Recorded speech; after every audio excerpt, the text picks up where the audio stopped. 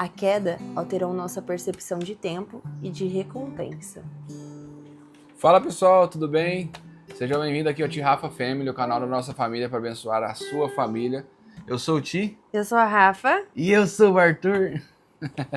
Vamos mostrar lá. Estamos mais uma vez refletindo nesse livro aqui, Divinamente, um livro que nos ensina a sentir, a pensar, a agir como Cristo, mudar a nossa mentalidade, passar por uma metanoia. E hoje nós estamos na segunda parte do livro, capítulo 7, versículo... Nós ontem falamos sobre como vencer os principais inimigos da renovação da mente, né? Parte 2 agora. Isso, a gente dividiu em 2, vamos lá. Os 3 grupos de problemas da mentalidade. O primeiro solo onde a semente cai é aquele que está à beira do caminho. Este era o lugar por onde as pessoas passavam e pisavam, uma espécie de passarela por onde se andava enquanto se semeava. Era um lugar de alto fluxo de pessoas, onde a terra era batida e extremamente superficial. Se eu pudesse dar um nome para este problema, eu o chamaria de superficialidade. Tem-se uma mente com alto fluxo de pensamentos superficiais, muitas informações, muito estímulo, mas pouca profundidade. Nada profundo. Esse primeiro terreno parece representar muito bem o que acontece em um tempo de múltiplas redes sociais e hiperestimulação das mais variadas formas. Muita coisa ocorre ao mesmo tempo, pois estamos hiperconectados a tudo e a todos. Como consequência, sofremos com o excesso de tecnologias e o pouco contato com a natureza. Tudo é problema nosso, mas não podemos fazer Nós não podemos fazer quase nada sobre isso. Vivemos dias de muita informação, mas de pouca transformação. De muita superficialidade, mas pouca profundidade. De muita ação, mas de pouco coração. O grande perigo desse tipo de mente é que a superficialidade da beira do caminho é o ambiente perfeito para que as aves, representando Satanás, roubem a semente. 2 sintomas deste problema da superficialidade podem ser a desatenção e a distração. O diabo se aproveita da superficialidade para roubar a semente da verdade. Como consequência, o jardim não é plantado e o deserto permanece inalterado, cansado e infrutífero. Engraçado é que, por vezes, o envolvimento é justamente com as coisas de Deus. Estamos rodeados de sementes, mas podemos estar deixando de aprofundá-las como deveríamos. Tomemos cuidado para não sermos roubados pelo diabo, mesmo estando tão próximos do caminho. No entanto, você vai perceber que uma grande variedade de problemas de saúde, tais como transtorno de ansiedade, transtorno do déficit de atenção e hiperatividade, a depressão, as dependências e muitos outros podem fazer com que nossa mente tenha dificuldade com a atenção de forma profunda, fazendo com que ela seja dispersa, instável, inquieta, hiperpensante e tantos outros inconvenientes que aumentam o problema da superficialidade. Se em maior ou menor grau você sofre com alguma dessas condições, ou está vivendo de forma superficial, não se culpe, nem se apavore, pois o nosso ponto de partida é o deserto. O que não podemos fazer é nos conformar com este padrão. Essa constatação apenas reforça nossa responsabilidade de tratar a nossa mente, procurar toda a ajuda possível disponível pelo Senhor, por sua graça, para que possamos aprofundar toda a semente que o Senhor lança sobre nós. Se necessário for, devemos tomar medicamentos, fazer terapia, mudar hábitos ou realizar qualquer outra intervenção dada por Deus para aprofundarmos a semente gloriosa do Evangelho. O segundo tipo de solo citado por Jesus é aquele entre as pedras. O grande problema de uma mente entre pedras, citado por Jesus, é o crescimento rápido, mas sem ficar raízes. Como consequência da pressa para crescer e da falta de raízes, não há umidade, causa da morte da semente. Se olharmos de relance, aparentemente o problema que impede a semente de prosperar é o sol, que está representando as tribulações e perseguições. Mas a verdade é que o sol nasce para todos. O grande problema não é a falta de sol, mas de água, por falta de raízes. A queda alterou nossa percepção de tempo e de recompensa. Perdemos o que é eterno, por isso agora temos pressa. Porém, o que é eterno não tem pressa. O que é finito tem medo da finitude e precisa de resultados rápidos. Uma consequência desse fato é que nascemos programados para a inconstância, pois não obtemos resultados no tempo que esperávamos. A falta de recompensas imediatas nos leva à inconstância. Somos instáveis, oscilamos, desistimos rápido demais e retrocedemos ao estado desértico em que iniciamos. Mas a pressa não está relacionada apenas à inconstância. É um ditado comum afirmarmos que a pressa é inimiga da perfeição. Entretanto, vejo a pressa como inimiga de muitas outras dádivas do Senhor. A pressa é inimiga da degustação Quem está com pressa não sente o gosto das coisas que experimenta. Forte. Não as desfruta. A verdade é que quem sente mais do gosto, sente menos desgosto. Quem desfruta mais se frustra menos. Não sei se você já reparou, estamos vivendo cada vez mais, porém temos menos memórias e a sensação de que vivemos menos. Nossos antepassados viviam menos em quantidade, mas viviam mais intensamente. Construíam mais memórias e viviam em um dia com mais brilho. Havia menos pressa e mais presença. A pressa não é apenas inimiga da perfeição e da degustação, mas também do amor. Você vai lembrar do texto de 1 Coríntios 11, o qual diz que o amor ele é paciente. A realidade é que é impossível amar com pressa, já que essa destrói nossas mentes e nossas fontes.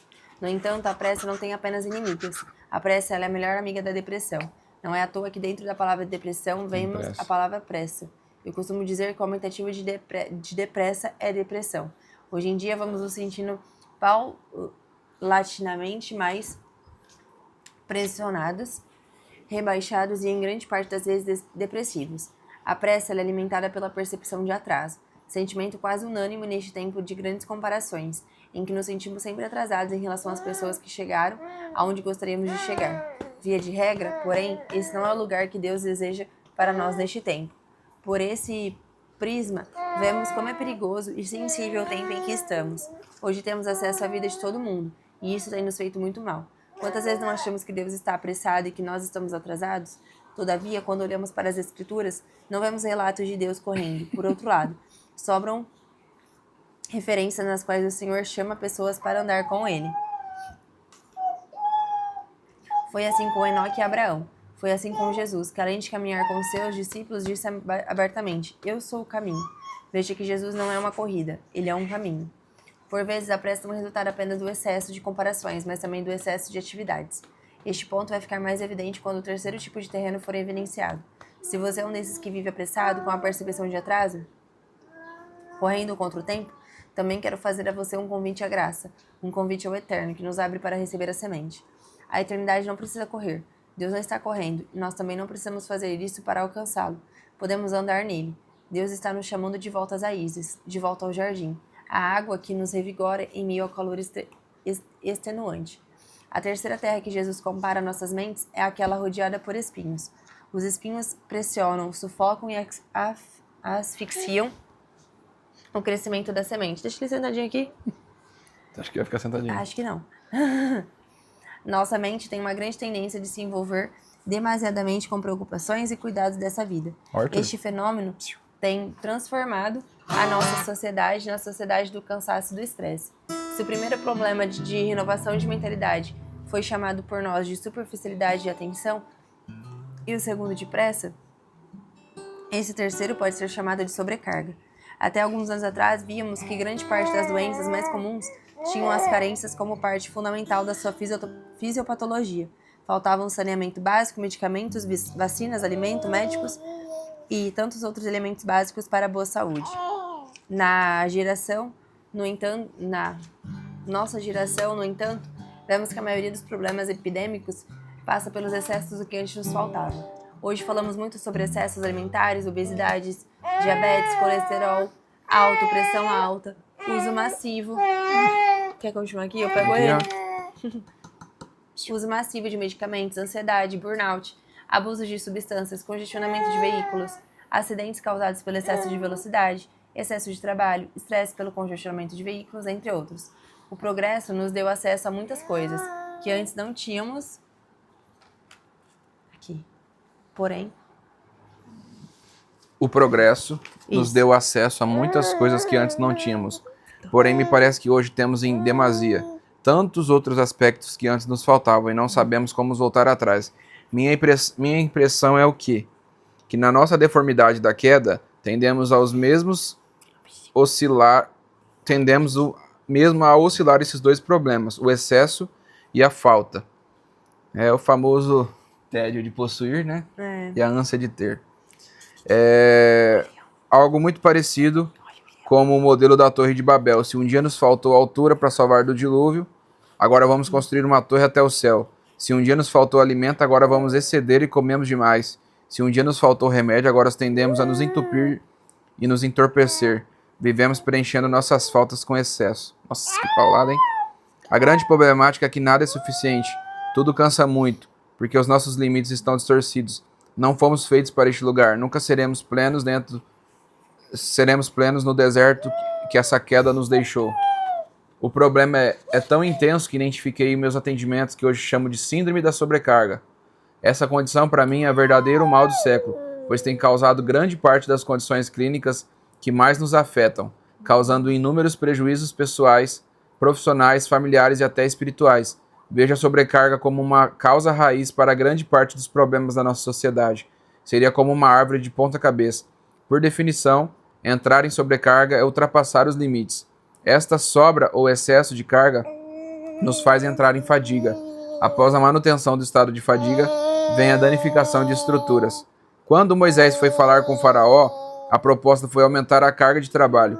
Identifiquei 5 sobrecargas principais do nosso tempo: física, mental, emocional, financeira e ou espiritual. O interessante é que elas funcionam como um ciclo.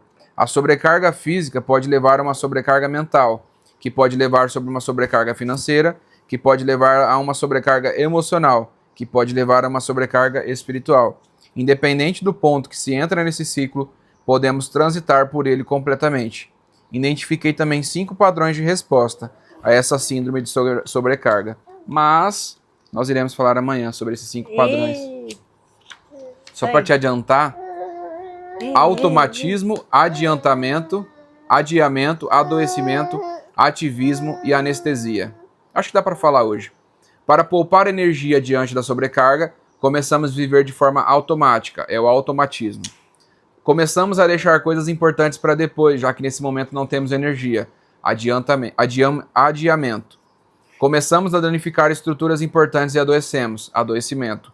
Começamos a trabalhar mais ainda na expectativa de não precisar mais nos sobrecarregar, ativismo. Começamos a tentar fugir de alívios rápidos e viciantes, anestesia. Perceba como é muito fácil estarmos dentro de algum desses aspectos. Não conheço uma pessoa que não esteja enquadrada em um desses 3 pontos. Ou lutando contra a superficialidade da atenção ou distração, ou contra a pressa e a inconstância, ou contra as sobrecargas. O que acabei de descrever é um padrão de mentalidade deformado com o qual já nascemos. Esse problema não é demônio, falta de fé ou qualquer outra coisa parecida, mas na nossa natureza humana deformada, clamando por redenção e transformação. Agora, consciente disso, precisamos fazer a nossa parte de arar a terra e tratar o que precisa ser tratado, para que a semente do Evangelho seja cultivada e produza o jardim que Deus está plantando em nós. O meu convite é para que, diagnosticando a doença, todos nós percebamos a necessidade do Salvador e Redentor da nossa mente. A dor nos mostra que precisamos de um Salvador, pois só os doentes precisam de médico. Por isso, o convite de Jesus se estende a todos nós. Não há um que não precise de transformação de mente. Precisamos da mente de Cristo, semeando nossa mente para pensarmos e sentirmos como Jesus, como Cristo. Nós não somos bons como achávamos que éramos. Nós precisamos da mente de Jesus para transformar o nosso deserto em jardim. A mente de Cristo nos levará à atenção, ao eterno, às margens seguras. A mente de Cristo é a medida certa, o formato com que Deus nos fez para viver. Permita que sua atenção seja aprofundada e alinhada de Cristo, que a sua pressa seja alinhada ao ritmo do eterno, e que seus limites encontrem margens seguras nele. Há um convite de Jesus aos sobrecarregados, e a sobrecarga é um convite ao eterno. As dores da nossa mente são um desejo pela mente de Cristo. Nossa, paulada, hein? Muito forte. Uma das coisas assim que mais me mostra assim, que hoje a gente está numa geração scroll, né? Hoje a gente está numa geração que fica só sendo superficial, só vendo de tudo um pouco, não vê muito de um pouco. Então a gente precisa buscar a profundidade, né? A constância e tantas outras coisas aí que esse capítulo é muito profundo, hein? Acredito que o que falou, né? Que o eterno não é correria. Jesus é o caminho, não é a corrida. Forte. Então... Espero que Deus tenha falado muito contigo. A gente está amadurecendo aqui, né? Degustando todas essas palavras. Esse capítulo 7 aí foi um capítulo muito profundo. E comente aí se Deus falou contigo, que parte que ele mais falou contigo. Se você tem um amigo ou uma amiga que precisa compartilhar, compartilha com ele, né? Se você chegou aí por agora, né? Se inscreve para você não perder os próximos devocionais. Se você já é de casa, né? Deixa o like aí, não deixa de comentar. E amanhã nós nos vemos aí. Que você possa ter uma sexta-feira abençoada. Sabadão tamo aí. Né? Tchau. Tchau, tchau.